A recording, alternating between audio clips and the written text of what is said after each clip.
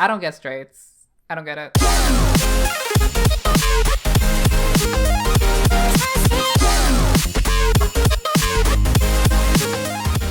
Hello, everyone, and welcome to Anime Club After Dark, the podcast that delves into all things anime, manga, and otaku culture related. I'm your host, Alex, but you can call me Senpai, and joining me tonight, we have our czar of source material, John.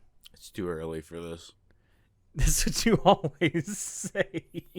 Ever since I transitioned to third shift, or working graveyard shift again, everything's too early for me now. Welcome to I've been living this for the last 4.5 years of my life. I've worked night shift for a long time now. Difference is you work from like later in the evening to early in the morning, whereas I work from like late in the evening or early in the evening to early in the morning. Yeah. Honey, being a vampire is hard work. That's right, it is. And as you just heard, we also have our Chivalry of Shotaro. Hello there. And it's very appropriate that you brought that up because that's what we're going to be talking about tonight, vampires. I'm not sure where you want to... I don't know where I was going with that either. I was kind of wanting him to like, yeah, let's, but nah, he's just like, and? Yeah, you're the host, man. We can't be coming up with all your ideas. Like, I try. But yeah, we're going to be talking about the fourth and final season of Netflix's Castlevania anime. I mean, according to Mal, it's not an anime, but I'd say it is. well, we don't listen to Mal around these parts. Oh, I know, right? oh no. Which it irks me because as someone who considers himself somewhat of a completionist, I can't go on to Mal and say that I've completed this series. Yeah, that's annoying.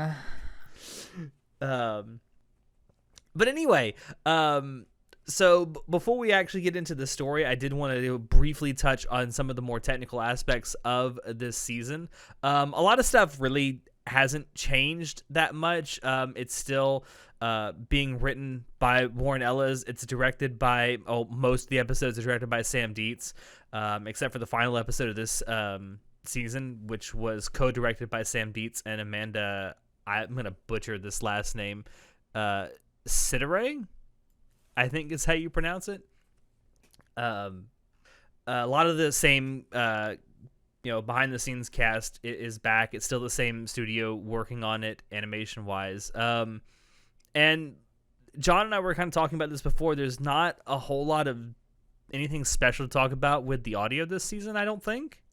There's certainly there's no music that's done as an homage to the video games like we got in like the first 3 seasons.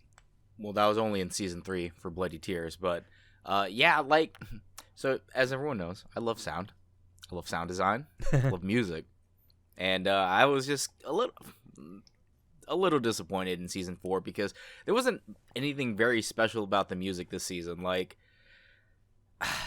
it's okay. It's okay background music, I guess. They use a bunch of stock sound effects for like the swords clashing and like just like I don't know. It was okay. It wasn't great.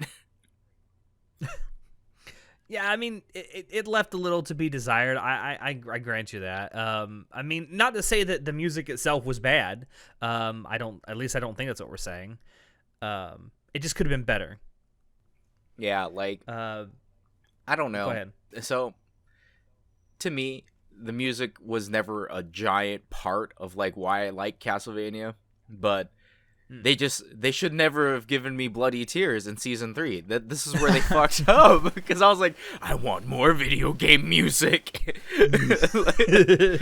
But see, they gave you the taste, and you wanted an entire bowl of that soup. It's like that freaking was that Hubert the pervert, the guy from Family Guy, where he's like, oh Lord, yes. Please just let me sniff his hat. And then he gets it and he sniffs it and he's like, now I want more. Oh no. Oh my God. But I don't know. There wasn't, because it's very noticeable to me when there's a distinct lack of like good sound design and good music. I'm not sure if anyone else really cares that much. Like, again, it's not bad. It still has fantasy music. It still has like good BGM to battles and stuff like that. But I don't know. It kind of just overall detracts for me when it's not great. Even if No, I get what you're saying. Like the only time you really notice bad sound design is when you notice the sound design. Like any other time, it's like if you don't notice it, that's probably a good thing. Not necessarily. I like it when it's like in your face and you notice it. I guess because I don't have the patience I've always to notice it otherwise. I've always taken the route that, like, if I notice it, it's probably because it's bad. Yeah. Again, I'm fairly certain like 90% of other people don't think about it as much as don't think about it at all as much as me. So it makes sense. That tracks. But yeah, I don't know, man. But I mean, it's certainly part of the experience, and like especially with a video game adaptation, which is what Castlevania is. I mean, you kind of expect there to be some kind of homage to the music in the games in the soundtrack to the series. At least I would. Yeah, like at least a couple more songs from Castlevania 3, Dracula's As Curse. someone who has not played the video game, I do not care in the least. Yeah, like I definitely was grateful to hear Bloody Tears' like remake rendition. But yeah, there's not a lot of callbacks to the video game. There might be another one in season 4 that I'll talk about a little later, but I don't know. I feel like it's a stretch to call it a video game reference, but I do want to talk about that a little bit. If I remember, I might not. Because it's so minor of a detail. But anyway. It's also worth mentioning they brought back all of the principal cast to do the voices for Trevor, for Alucard, for Sypha. Yeah, no one got hashtag... Wait, no, I guess that I shouldn't say that. Warren Ellis got hashtag canceled, but... yeah, but he's not a voice actor. Yeah. But they still used all of his scripts. Yeah, I was actually very surprised that they kept him for season 4. And then, like... Because back in 2020... Should we talk about that? Because I think that is something that kind of plays into this. It didn't, like, affect the season, I don't think, but it is something that played into its release. Yeah, like, so Warren Ellis gets hashtag canceled right after the launch of season 3, right? Very, very shortly after. I don't know how soon after, but it was very shortly after. I would say like a month or two after season 3 aired on Netflix, and he gets hashtag canceled for being a toxic male in the workspace. Okay. What did he do?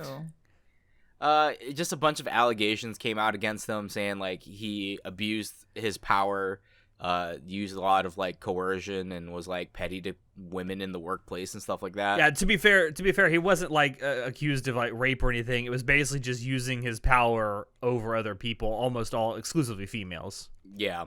And he basically came out and was like, you know what? I didn't think I was doing that, but I can definitely see where people are coming from, because he was a lot more critical towards his female cohorts, co-workers. Not the Subordinates? cohorts. Cohorts. They're not robbing a bank. Well, because I don't know if it was just his assistants that he was doing that to. I think it was also the writers and stuff that he worked with who were working under him. So Employees. It may well have been. yeah, and he basically just was like, it was kind of like, oh my god, who's the Rick and Morty guy? Dan Harmon. Yeah. Similar to in the vein of Dan Harmon, where it's like they're just kind of assholes to women in the workplace. But Dan Harmon didn't get hashtag canceled. Not yet. Give it time. But yeah, I mean, that's something that played into this, because there was a lot of people who were like, well, are they going to just rewrite everything? Are they not going to use his stuff? But yeah, they ended up using everything that he wrote for season 4. I think he has confirmed that he won't be coming back for anything else Castlevania related, if they do decide to continue this project, which apparently they are. Netflix has announced that they've essentially greenlit a quote-unquote sequel, although it's not going to be a direct sequel or spinoff. No, it's a spinoff. I as I recall, it's not going to be a direct. It's not going to be coming directly after the events of this series. Well, just like it's gonna focus on Richter Belmont, which is like The kid? he's the kid.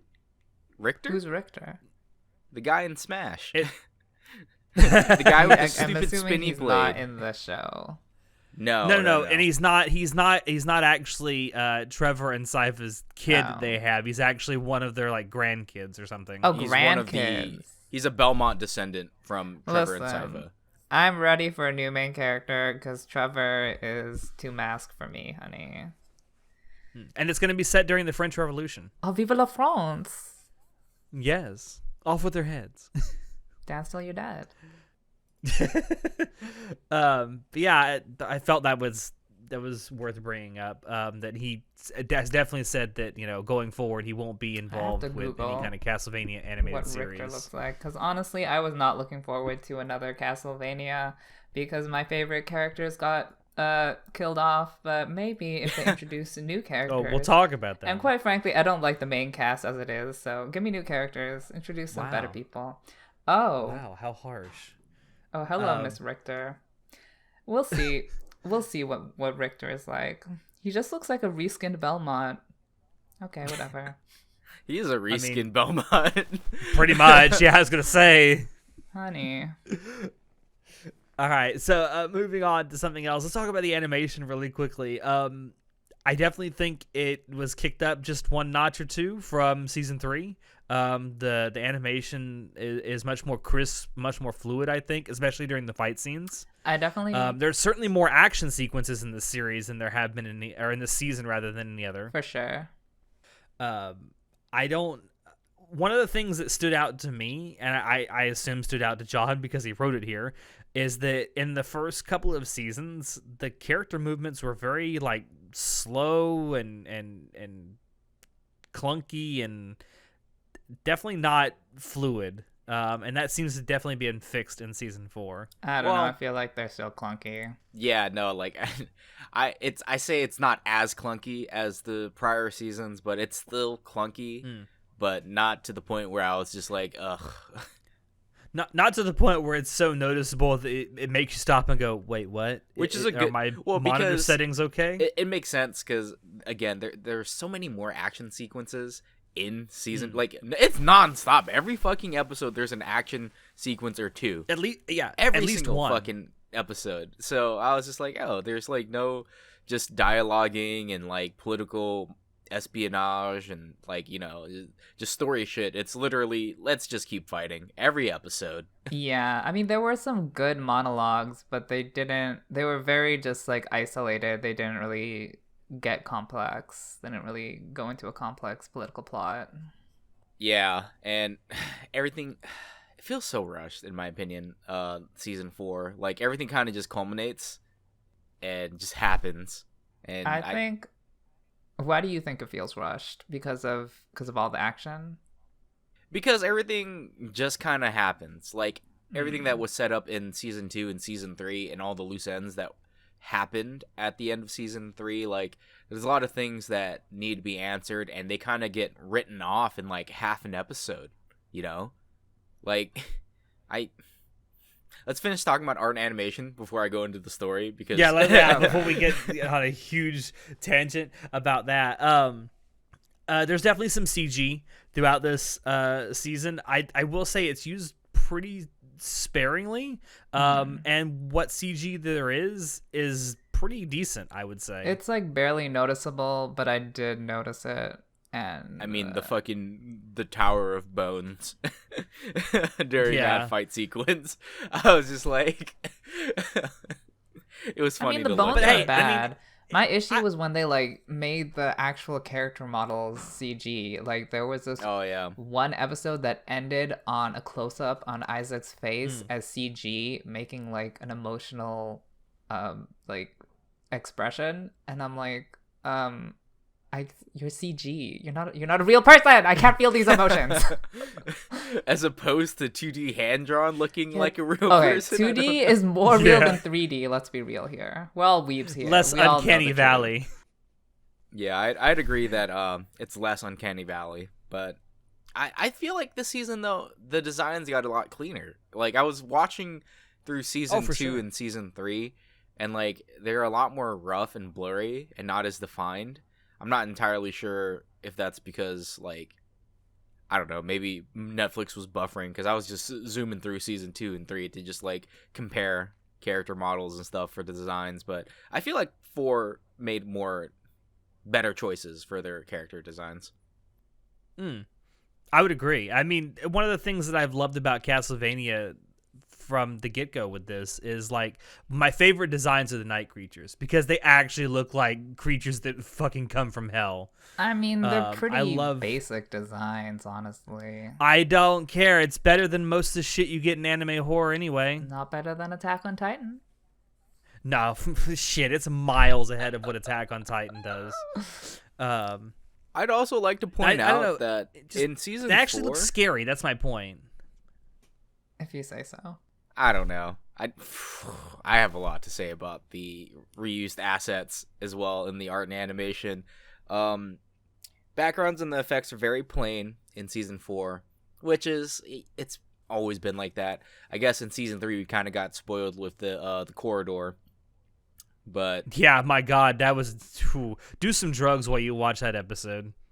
But Infinite Corridor, that's what it was. Yeah, they reused the assets for the Viking guy, the Eastern vampire lady ? I don't remember if it was a girl or not. Ambiguous, androgynous vampire person from the East. They reused those assets for like the design for the remnants of Dracula's army, and I'm just like, I get why. Like, of course you wouldn't draw like new people for the army, just reuse the assets that you already have, but. I don't know. Again, very noticeable to me. And, man, they really toned down the gore, and there weren't... They did? Compared to season 1 and 2, yes. Like, and I get why.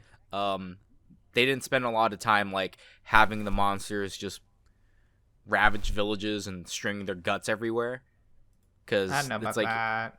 I saw people's faces getting eaten off. I saw someone get cleaved in half and his organs fell out. I saw the cross section of a severed finger. I don't know about that. Yeah, I'd say it's still pretty gory. Yeah, I mean, but I one of the things I will say is like the fights that we get in season 4 as compared to the other seasons are mostly small scale. Whereas in the previous seasons, there were much more large-scale battles, so there was much more people like dying, as there's a lot of gore and blood and guts going everywhere. Quite literally, it was raining blood in the prior seasons.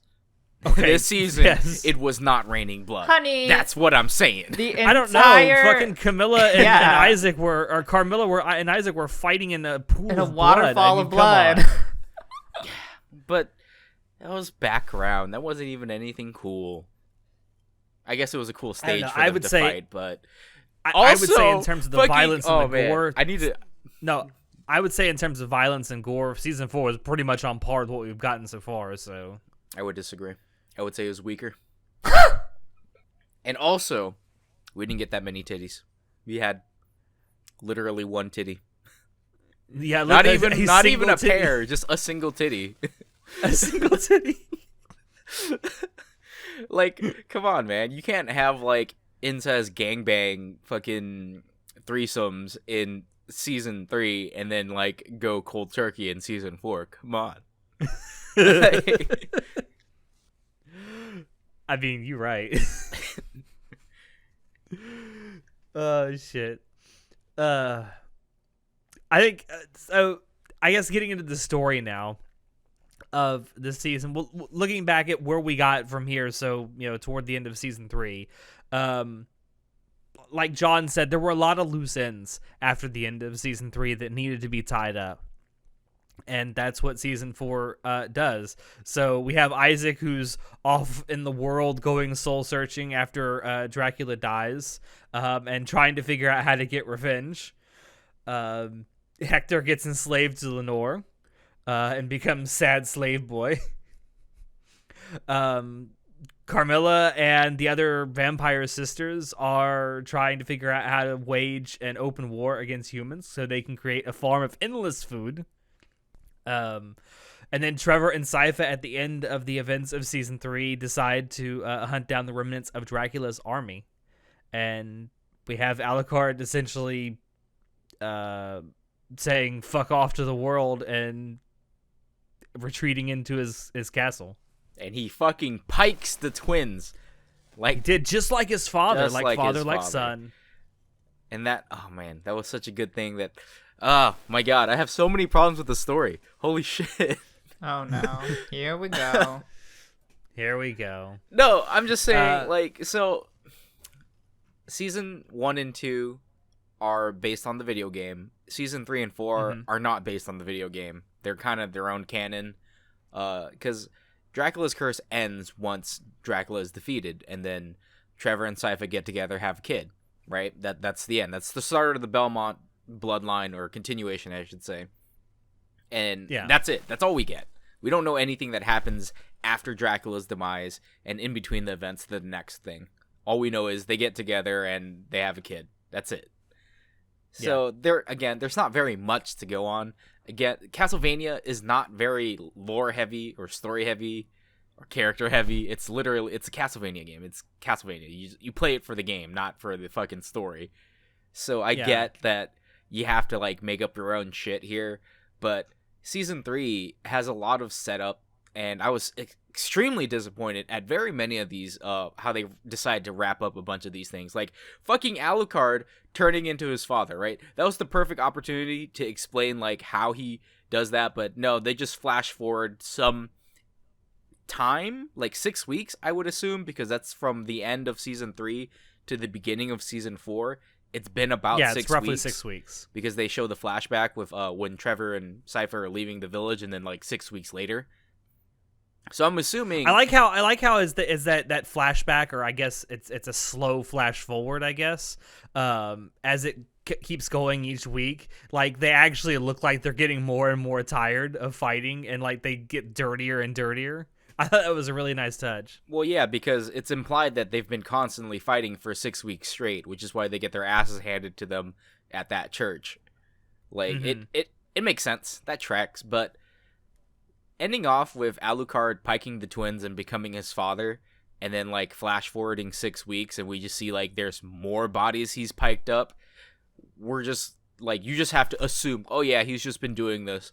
There's just been people regularly coming here, pulling the same stunt, and he's just like, all right, well, pike you, and that's it. And he becomes Big Grump, just like his dad. And they kind of do a little callback to his father with that, because then there's that whole dead guy comes riding up on a horse. He sees the written message for the Lord that lives in this castle, please help our small town, Uwu. And then he goes to the town for whatever fucking reason, on a whim. And he finds his hashtag boss babe, who's also by the way, and that was hilarious.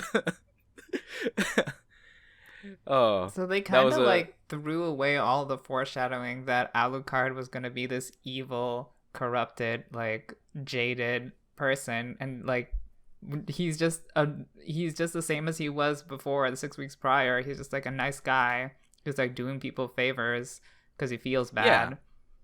Yeah, so. and that's like, I don't know. It's almost like you can almost hear John going like, the plot demands it.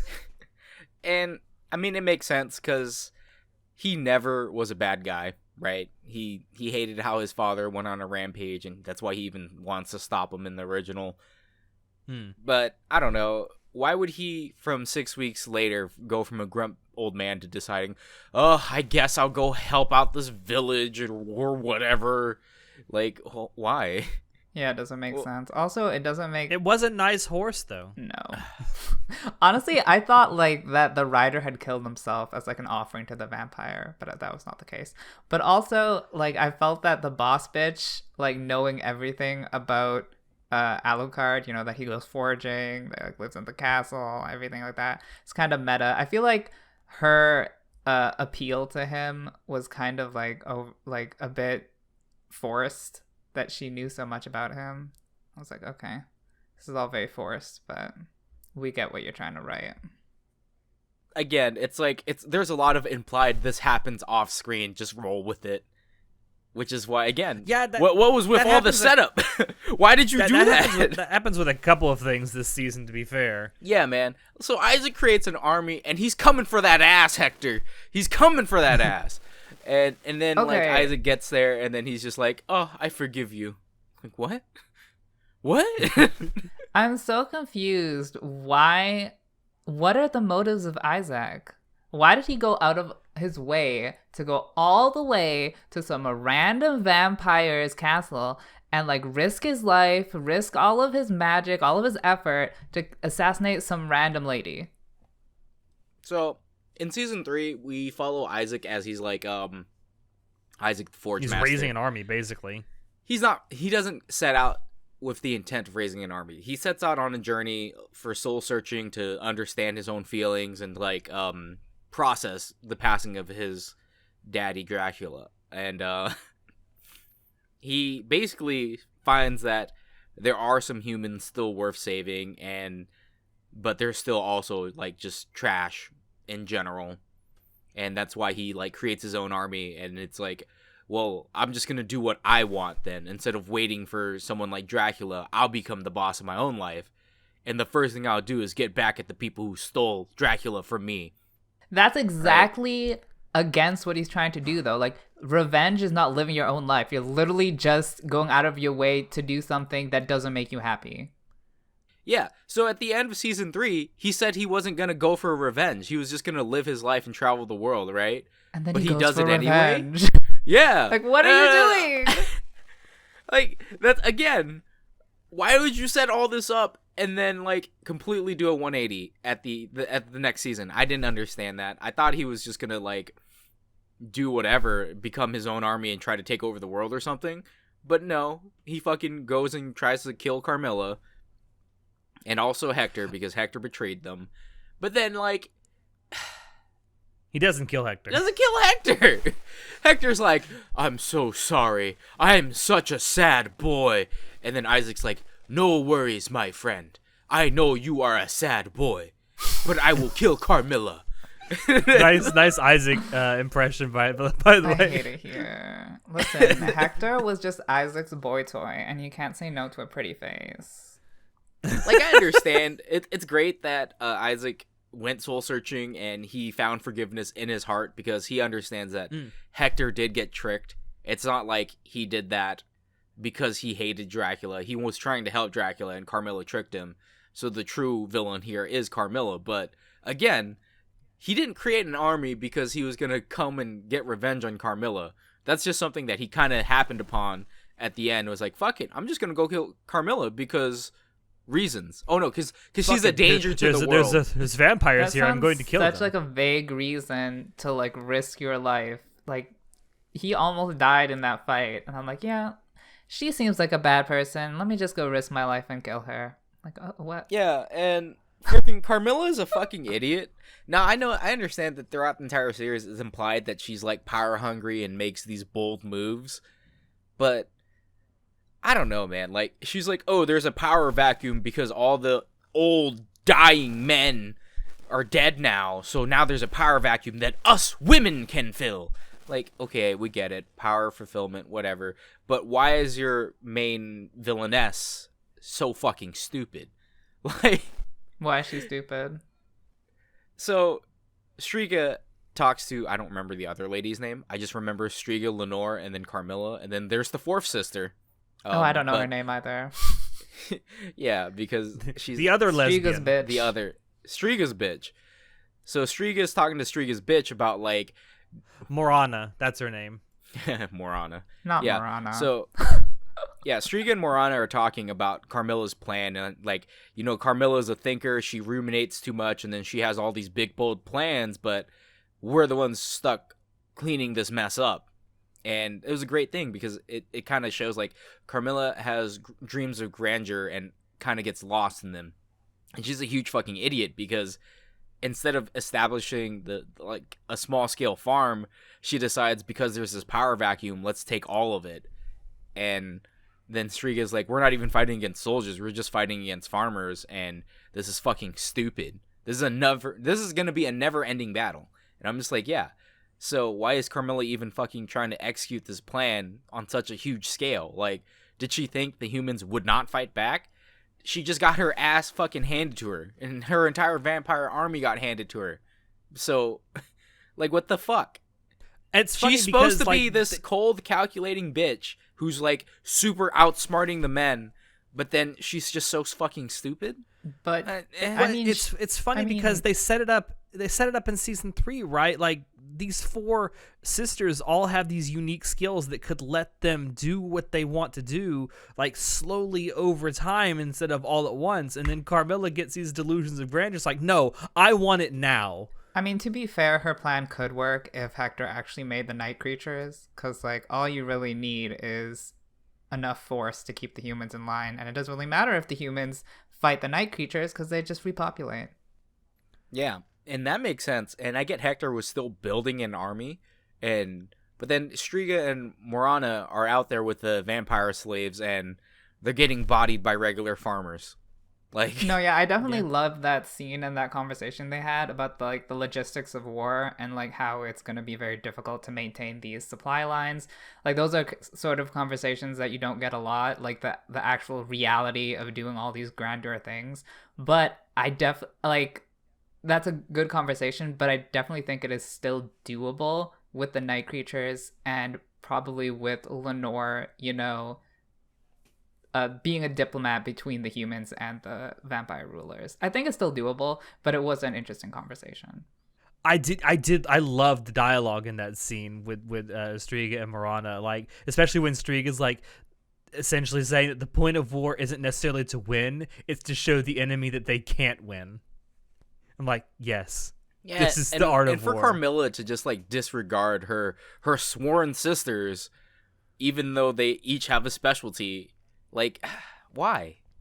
Because she's supposed Carmilla to be smart, always right? disregarded her sisters. She's always like, I want my way and you make it work. And Lenore literally points this out, like, straight to Hector's face, and is like, I don't have a place in this plan. I'm a fucking diplomat. I work in the shadows, and all of this is out in the open. I have no point in this. I mean, honestly, they could have fleshed that plot out further, and Lenore could have had a place. If they actually had expanded their reach, they would need a diplomat to arrange all of the political problems. But they decided to finish it off quickly. But I even like how Lenore's like, I won't betray her, but I think she's an idiot. I don't think she thinks she's an idiot. I just think that their motives are clashing. Lenore just wants to live a safe life with her little pen, and Carmilla wants to take over the world. Carmilla wants to risk things to get greater rewards, and Lenore is happy keeping self-sustainable with what she can have. But even Dracula, the most regarded vampire in all of Fantasyland, even he didn't have a full control of like the entire corridor, right? He only had his area, his little town. And yeah, but he didn't want control. If he wanted that's a fair it, point, yeah. Who knows if he could have gotten I feel like if he had wanted it, he could have gotten way further than Carmilla did. Who knows? Probably. But yeah, like, that's the whole thing. Like, Dracula was tempered, well, at least until they, humans fucked over his wife. He was tempered by it, and like, he was content with what he had. And then Carmilla just sees the horizon. It's like, that's mine now. Go get it. I mean, to be fair, it's a good opportunity for her to do what she wants. Just that her sisters wanted different things than what she wanted. But the whole point of it is, like, she's brought down by her own ambitions. Her hubris. I don't think so. I think it's very random why she's brought down. She's brought down because Isaac randomly decided to kill her for no reason. Actually, yeah, like... Again, the whole, I'm not going to get revenge for Dracula, I'm going to live my own life, then proceeds to get revenge for Dracula. Yeah. Made zero sense for his character arc in season 3, but... I mean, it is worth pointing out that even from the beginning when Carmilla is first introduced, she does seem to be a malcontent within Dracula's court, so... A what? I mean... a malcontent. Like, she's not happy with the direction that Dracula's going. Okay. Because this fucking world is ruled by old men. Yeah, exactly. So, I mean, it is kind of alluded to all the way back then, but I think they went a little overboard with it. Like, they really should have tempered it somewhat. Like, I get that that's kind of like how all of Carmilla's plans happen. Like, look at the end of season 2. She tries to betray Dracula, and then it all blows up in her fucking face, and she has to run literally away with her legs between her, or with her tail between her legs, and that's why she's back at the castle with the sisters, and they're like, "Oh, poor Carmilla. Oh dear, we'll help you with your plan."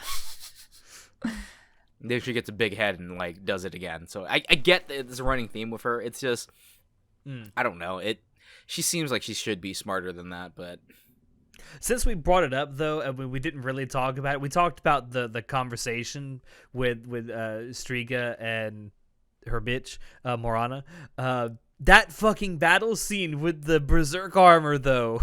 Yo, I swear to God, because that armor, it does that glow when she does the roar, right? And I'm just fucking berserk armor. Moshi moshi guts des. I like that she put Morana in the coffin. She's like, get in the weapon case. Yeah, she's like, you're just another one of my tools. No, she's like, honey, I love you, but get in the fucking coffin. And then she goes out and fucking just like murders everything with her fucking Dragon Slayer. It was actually super cool. I really enjoyed that scene. Like, I would say that was the highlight of season 4 for me. Just because, the animation looks pretty solid. A little bit clunky still, but solid in my opinion. And just, like, the whole streak of fighting everyone was awesome. I just know, when she did the whole roar thing inside the armor, I'm like, oh, yes, this is what I'm here for.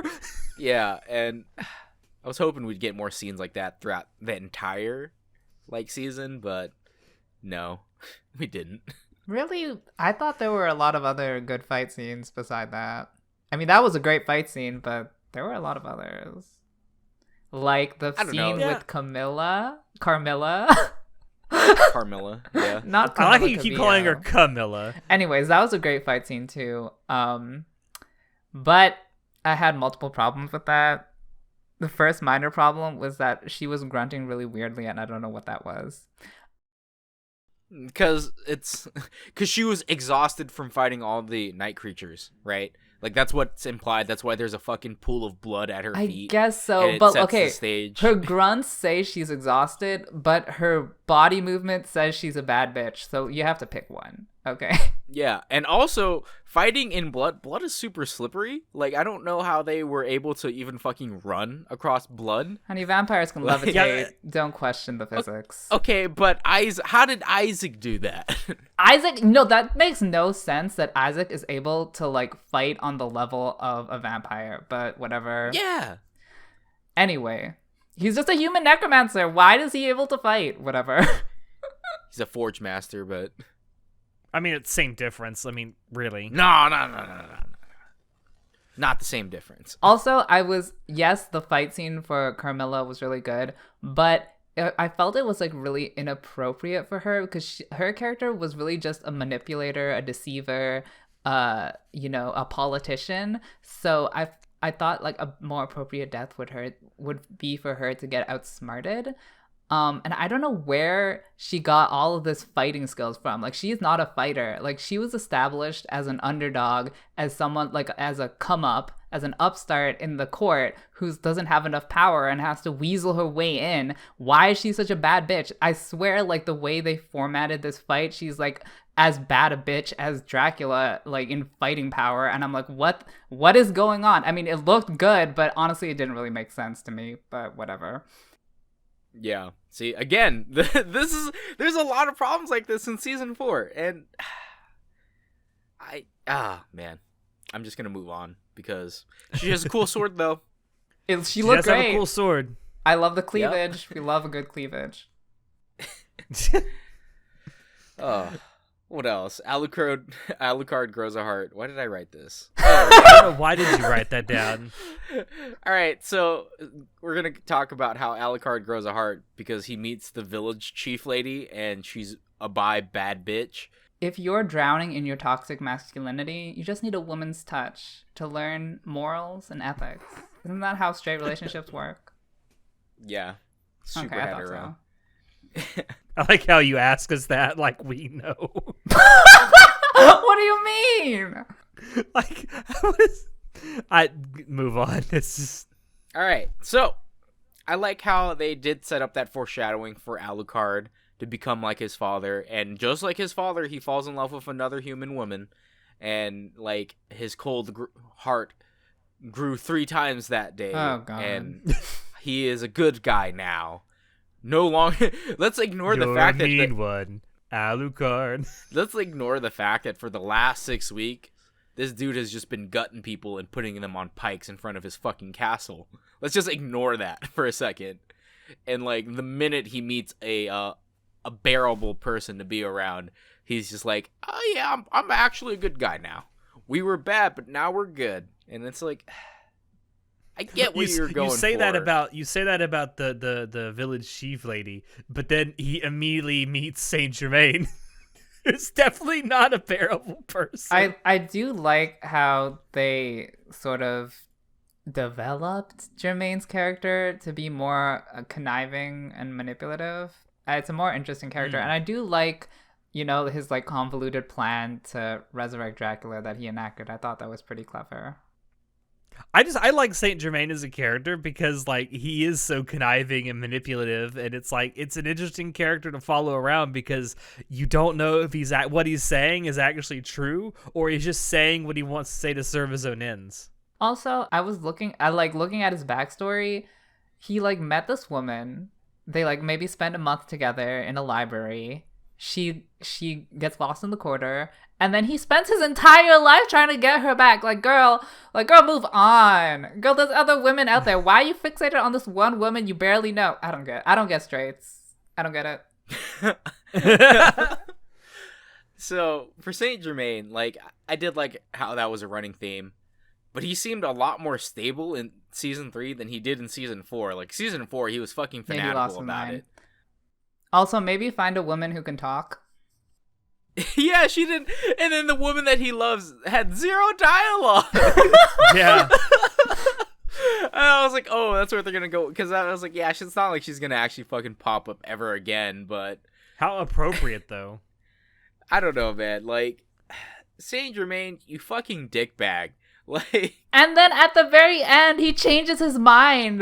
He spent all this time and killed all these people to resurrect Dracula and like get control of the corridor. And then at the very last second, he's like, "Never mind. I have second thoughts. Kill my homunculus." I'm like, what is happening? What happened to your character? Yeah. Again, everything just like builds and then does a 180. That's the entire season.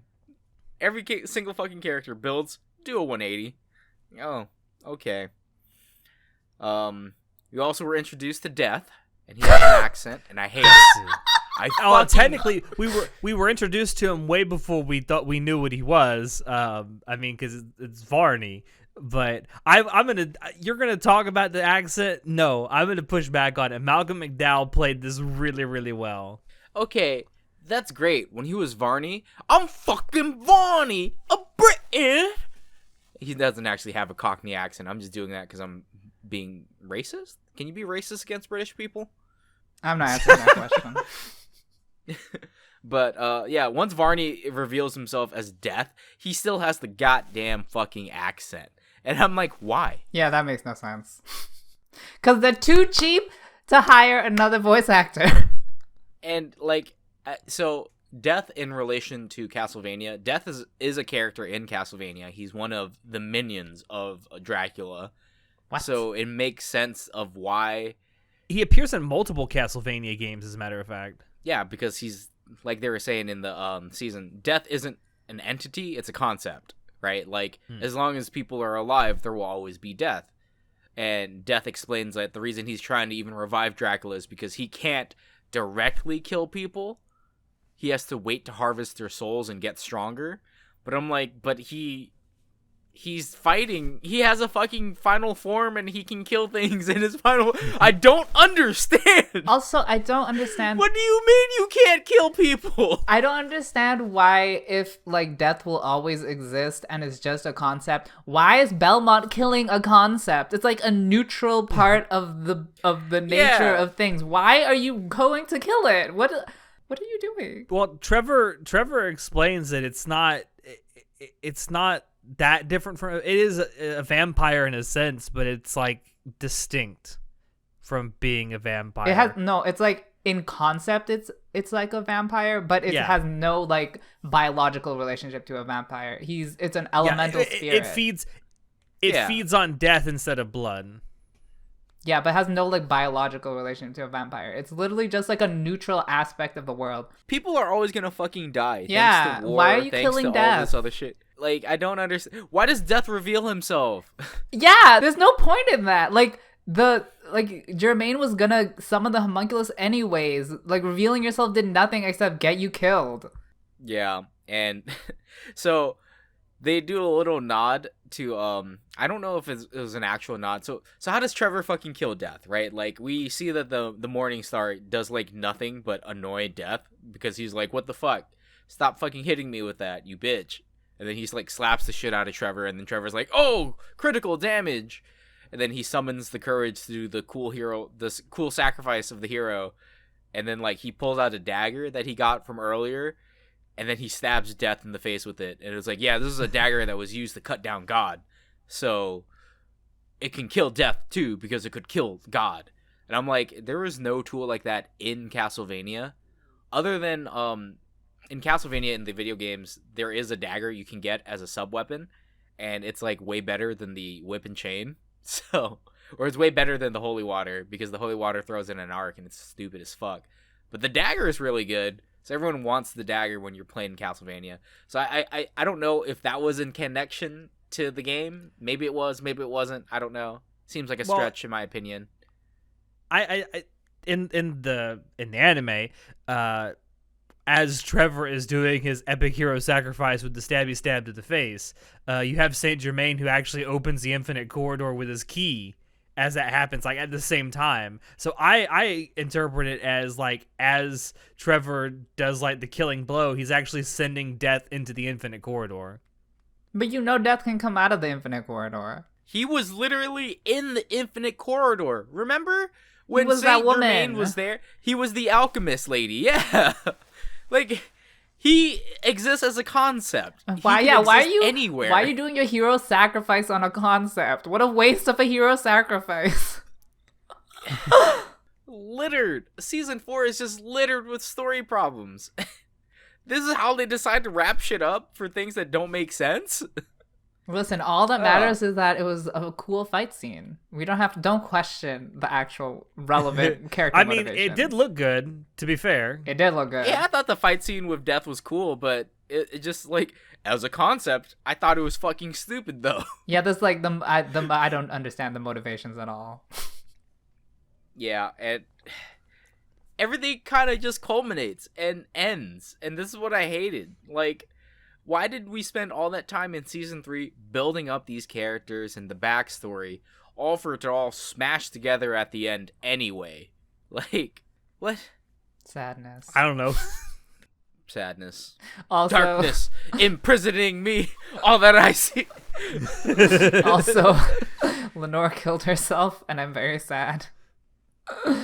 I wish she had a more climactic death, where she was also outsmarted because she was also a big manipulator, but she's just like, I have no sister, so I need to kill myself. Goodbye.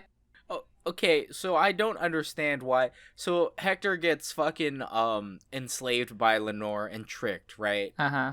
Mm-hmm. And then the roles get reversed, where now he wants to save Lenore and keep her as a pet because reasons?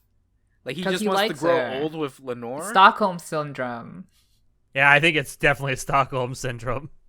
What the actual fuck, dude? Like, this bitch tricked you, man. She made you cut your own fucking finger off. Girl, when you're a Forge Master, you're into being a sub. You're a big sub. Listen, people say it as a fucking meme, but like Stockholm Syndrome is a real thing. Yeah, so Lenore kills herself by looking at the sun, which is like, it's unfortunate. I like Lenore. I know. I did. I loved her character. So she's probably like a lot like Sho, my favorite character in the entire series. Yeah, she was one of my favorite characters. I think she was trying to say that Isaac was going to kill her if she ran away. And that's why she killed herself? I'm so confused. Like track her down and find her? No. So Lenore's reasoning was that she didn't want to be trapped in a cage because that's how she spent her life already, you know? But why is she trapped in a cage? Because she's locked in that basement with because of for whatever reason she's No, locked she's in that not. basement. She can literally jump out the window. She went into the balcony to go into the sun. You can just go leave. I don't know, man. Like, she was talking about being trapped like a bird, and she was like, I don't want to do that. Trapped by who? I don't understand. I think the implication is that she feels trapped by her nature as a vampire. I don't think that's at all. I don't think so. I think she's trying to say she's either trapped by Hector or Isaac, but I don't know how. Well, I could see Isaac because Isaac could track her down if she tries to leave. Why? I can see that. Why would he do that? I don't understand the motivations of anyone at this point. And we're at the last episode, and I honestly, I was like, all right, whatever, Lenore kills herself. Like, that's stupid, but whatever. Also, why does Hector even want her? But again, whatever. Because she got those hot vampire titties. Yeah. He remembered the good times from season 3 and was like, you know what? Worth it. Yeah. This whole thing, losing a finger, totally worth those titties, man. Hey, it might have been. I would imagine that fucking a vampire would be very cold because they're like undead, right? Yeah, I would imagine. I imagine so too. Very unpleasant. But speaking of fucking, so Trevor fucking dies because he sacrifices himself against death, and we learn that Sypha's pregnant, and we're like, oh, Sypha's pregnant, and then they decide to name the town like Trevor. Belmont, right? Well, no, I do love that. I do love that little moment between Trevor and Sypha right before he does this heroic sacrifice, where he's like, "I love you," and she's like, "I know," and he's like, "Trey 4 is a terrible name for a kid," and I was like, "Oh yeah." So I thought they were actually gonna kill off Trevor because I really thought so too. Like, in the original, like I said, we know that Trevor and Sypha have a kid because it's the continuation of the Belmont bloodline. So, we don't know when Trevor dies, but since it was like, oh, Sypha's pregnant, I was like, oh, so maybe they might kill off Trevor now, and then, like, Sypha raises the kid on her own. I'm like, oh, I guess that kind of makes sense, but it doesn't, because who trains the kid in the ways of the Belmont? Because Sypha can't do that, because she's not a Belmont. You could just self-study. There's the whole hold right there. Well, yeah, I thought that too. Like when she's like leaving and they're begging her to stay. This is before Trevor shows back up again. I was like, well, I mean, if she stays, I mean, you got Alucard there. You got the what do you call it? The library he has. They call it something, but in his castle, the Belmont Hold. Yeah, that has all this knowledge and shit. Plus, you got a whole community that can help raise the kid. I get that it's implied that all these people are down in the hold and they're learning the ways of vampire slaying and stuff, but you would still need a Belmont to teach you how to use these things. Like, how the fuck would you know what's a magical weapon or not? Just because I remember 30 years ago when I was a kid, I read that in a book. Wait, didn't Trevor's parents die when he was a kid? Yeah, but prior to his parents dying, the rest of his studies. Well, he was taught, but he taught himself the rest. Kid, though. But he had the hold. But he was already taught as a kid, though. Oh, girl. Like, we are Belmonts. You can figure it out. We slay monsters. I had a huge problem with it, and But anyway, it doesn't matter because Trevor's back. And Trevor doesn't fucking die anyway. He comes back, and obviously he was gonna come back. Like that little scene where Trevor is about to fucking slay death and sacrifice himself to do that, where we see Saint Germain twitch. I was just like, oh yeah, Trevor's not dead. Like, why did you? I get the way you added that so that way we knew, but I don't know, man. Like, why make it a whole fucking thing? The whole like scene at the end where Alucard's like, you don't have to leave, you know. And Sypha's like, no, I want to go back to the speakers and Trevor's dad and this and that. I'm like, bitch, he's gonna literally come riding up on a horse. And he does! He fucking, like, for whatever reason, the horse finds Trevor washed up against the river or something and brings him back to the fucking hold. And I'm like, how? I get that this is the same horse. It's like, oh, you're a good horse or you're a smart horse or whatever that freaking comes to Alucard in the beginning, but it was just so stupid. Like, I'd like to point out that Trevor mentions that he woke up on the shores of the Danube River and the horse rode him, I guess, all the way there. Or, well, he rode the horse all the way back there. That's over 200 kilometers away. Why did this horse go there? Animal instinct, honey. Fucking plot, man. Fucking plot. And, man. And the last thing that we see is that Dracula and Lisa are alive. They're fucking alive. For whatever reason, they get revived. Like, I get that they were revived when they came back as Rebus, but yeah, how did their bodies and souls get unstuck and remade, and they got to live again? That made zero sense. I was Perhaps Saint Germain is not quite the dickbag you set him out to be. That it's because the ritual got interrupted by Trevor or whatever. But Rebus was constructed of half man, half vampire lady. What do right? you mean? That's where you got the one titty from. That's where we only get half a person we get half of one person, right? That's not what I understood. I thought that they put the full man and the full woman together. I don't know. I don't understand how what do Rebus is hermaphrodites supposed work? to be. Email us at animeclubafterdark@gmail.com. Send diagrams. Thank you. How is it that you pull their souls from hell, right? But they got revived because physically that doesn't make sense. Anyway. Magic. I could see it as like, you know, it is magic. Like, yeah, it's magic.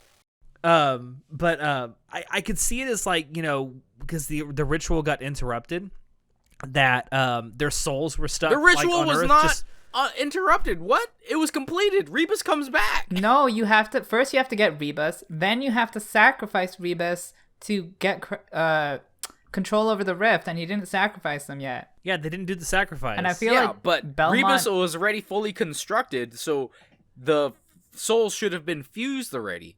So how did the souls get unfused and then created both Dracula and Lisa again? It doesn't make sense. It's magic bullshit. That's what I'm saying. Like, I could understand it if because that ritual got interrupted, that their souls were stuck, like they couldn't go to heaven or hell, and they were just kind of stuck wandering around, you know, Earth or whatever. Like, that I could understand, but how do they have a physical bodies? And why do they look exactly the same as they did before they died? Well, what do you expect them to look like? Like, I don't know. Like, did they steal these bodies and just, like, shapeshift? I don't know. They did mention that they stole their clothes, so obviously they were naked when they, like, appeared on Earth.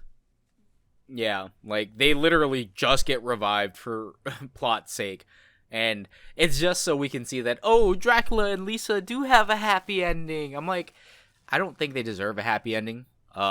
Especially Dracula. I think Lisa deserves a happy ending. And I guess that would include... Yeah, Lisa did nothing wrong. That would include, like, Dracula as part of her happy ending. But I'm perfectly fine with them just living together in hell. That's enough of a happy ending for me. Why did they throw it in there? There was no point, really. Because they had spare airtime and they had to do something. Yeah, I get that. I think what they really wanted to do was tie everything back to, like, seasons 1 and 2, and this is probably the easiest way to do it. Honestly, that just makes more loose ends. But it does. They wanted a happy ending for Lisa. And then they're like, we feel bad for our son, but also we're still madly in love, and also we don't want to see our son just yet. And I'm like, so you get a second chance at living, and you're both alive right now, and your son is fully grown instead of being like a half kid when you get murdered, but you don't want to spend time with your son. I feel like, well, like, okay. he feels like he killed his father. His entire reason why he gets mopey is because he kills his father, right? And he's like, "Oh, I'm a sad boy because I killed my own father, patricide." And then like they know that, they even address that, and they're like, but we're gonna have a honeymoon anyway. Fuck it. I mean, that's fair, but I feel like if they went back to the son, he would just kill his father again. Well, no, because now his mom's alive, so his dad wouldn't be crazy, you know? I know, but he wouldn't know that. I feel like his first gut instinct would be to kill his father. Yeah. I don't know. Yeah. But But Dracula wouldn't be killed by Alucard unless Dracula wanted to be killed. Like, that's implied at the end of season 2. He's not killed by Alucard because Alucard's stronger than him. He gets killed by Alucard because he finally accepts that he just wants to... Actually, he's always wanted to die. He was just waiting for someone to kill him because he wanted to be with Lisa. So, point is, I hated it. I hated everything about season 4. You know how they should have ended season 4? Or maybe it is ended like this. You know how they got, like, reborn? You know, they didn't get reborn at the current time. They got reborn at the beginning of season 1, and then it all repeats over and over. Yeah, but they're in England. No, they're going to England. No, they're in England. They're in London. At the end of the series, they're in London. It's all a mirage.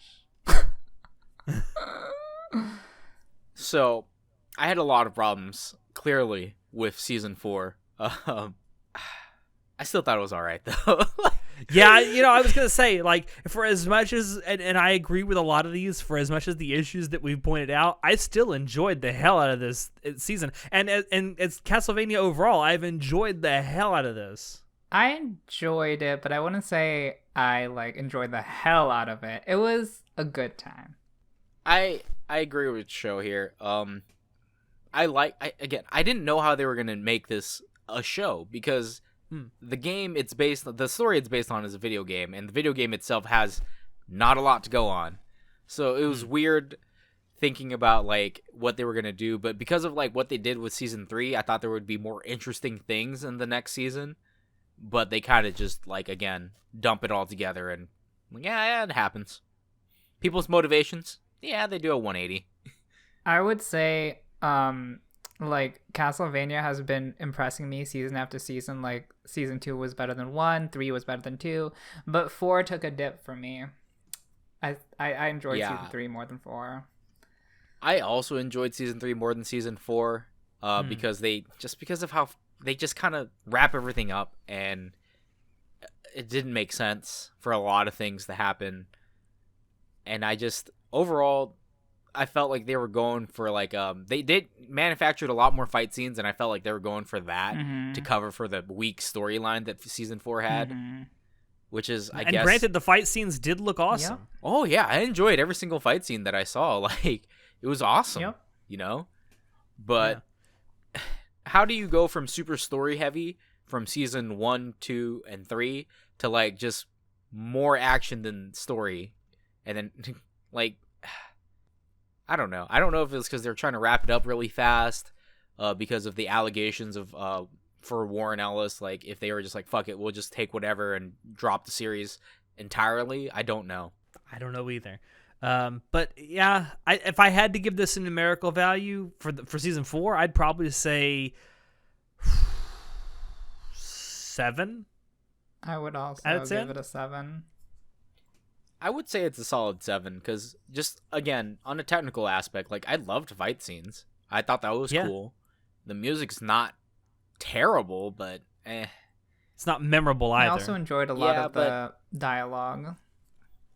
Oh yeah, the dialogue was great in this season, especially the I wouldn't really talk about it, but one of my favorite things was when Isaac is talking to Fly Eyes about the value of choice.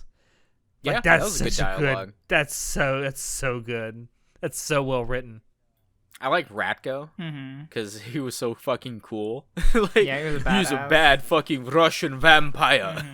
I am the strongest vampire. Fuck you. And I'm just like, you're so cool, dude.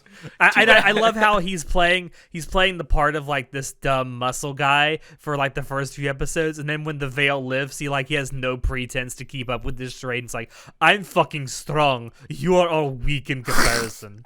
Yeah, because Ratko just wants to like fight, right? But he didn't want to go against Dracula, and that's why he was like, yeah, I'm just a guy. A muscle guy, but he's like, no, I also I'm a fucking commander of an army. I know how to win battles in wars. And it shows. Like, he understands tactics and stuff like that. That monologue by Ratko is the exact same monologue I type out at the end of every video game. I'm like, listen. I was gonna listen. Say, I just played really a win. Where you were it's going not with my that. fault that you got like killed by me. I just played a win, okay? I was wondering where you're going with that. Like, is he gonna say he does this in the mirror every morning when he wakes up? No. Yeah, so it still had great individual character like dialogues, but I don't know, just because of how everything culminated with the character arcs, I felt very unsatisfied. For sure. Yeah, I definitely think it could have been done a lot better, especially the second half of this the fourth season. I do have a question though. So since this is pretty much the end, I mean, like we've said, there is going to be a spinoff that's set in the same universe. And apparently there's also been rumors that there's going to be a Devil May Cry animated series done in the same vein as this that is also going to have a shared universe. But I do want to ask you all, overall, what would you say Castlevania gets as an entire series? I'd say 7, solid 7 all around. Like, because of how I really liked season 2. Season 3 was pretty solid as well. It was better than season 2, but because of how it dips down, like it's gotta be a 7, man. Like, it's not too great. Like, if you don't watch it, I don't feel like you're missing a part of culture or anything like that. But it's not bad either. Like, it's definitely better than average. Like, it's a good experience, but I wouldn't say it's a great experience. I'd give it an 8 just because I really liked the political intrigue with Carmilla in the second season and Lenore in the third season. I really did appreciate that. And overall, throughout the entire show, the dialogue was really memorable. So, and we love the character designs for the sisters. Honey, I'm a sister stan. Sisters for life. So what can I say? I just like the character designs overall, I would say. But yeah, I think in terms of like a video game adaptation, this is certainly one of the better anime video game adaptations I've ever seen. Yeah. Granted, it's not a high bar, but listen, I'm waiting to judge the DMC one because we already got a DMC the animated series. Okay, I absolutely love it. I love the original one. What about somehow this is going to take place, somehow the DMC one's going to take place in the same universe as Castlevania, so well, they're all Capcom, so yeah. Isn't Resident Evil also getting an animated series? But that's like full CG. But that's like it's going to be a full that's CG like series. That's like video game quality CG though. Yeah. Didn't they just release another I movie?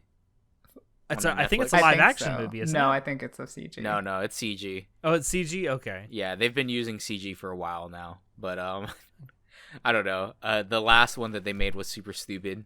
Yeah. Leon. Fucking sad soy boy Leon. I can't believe all these soldiers under me died. Yeah, I think as a video game adaptation or an anime video game adaptation, it really was good. And I'm like John, I give it a solid 7, maybe a 7.5 overall. And I'm looking forward to what comes next. Hopefully a good DMC adaptation. I swear if it's bad, like I like DMC the animation. I think it's not bad of an anime, like at all. It gets Dante correctly, and the storyline follows just like miscellaneous side adventures in the DMC universe, and I'm like, yeah, that's pretty cool, not bad. All right, and with that, thank you all out there for dropping in to listen to us rant and rave about Castlevania. Check the description below to find links to Anime Club, After Dark on Twitch, on social media, and on Discord. Check out our merch store and our affiliate links as well. Any purchases you make there do really help us out. With that, I have been your host, Alex, and I will see you next time. Say goodnight, guys. Good night. Good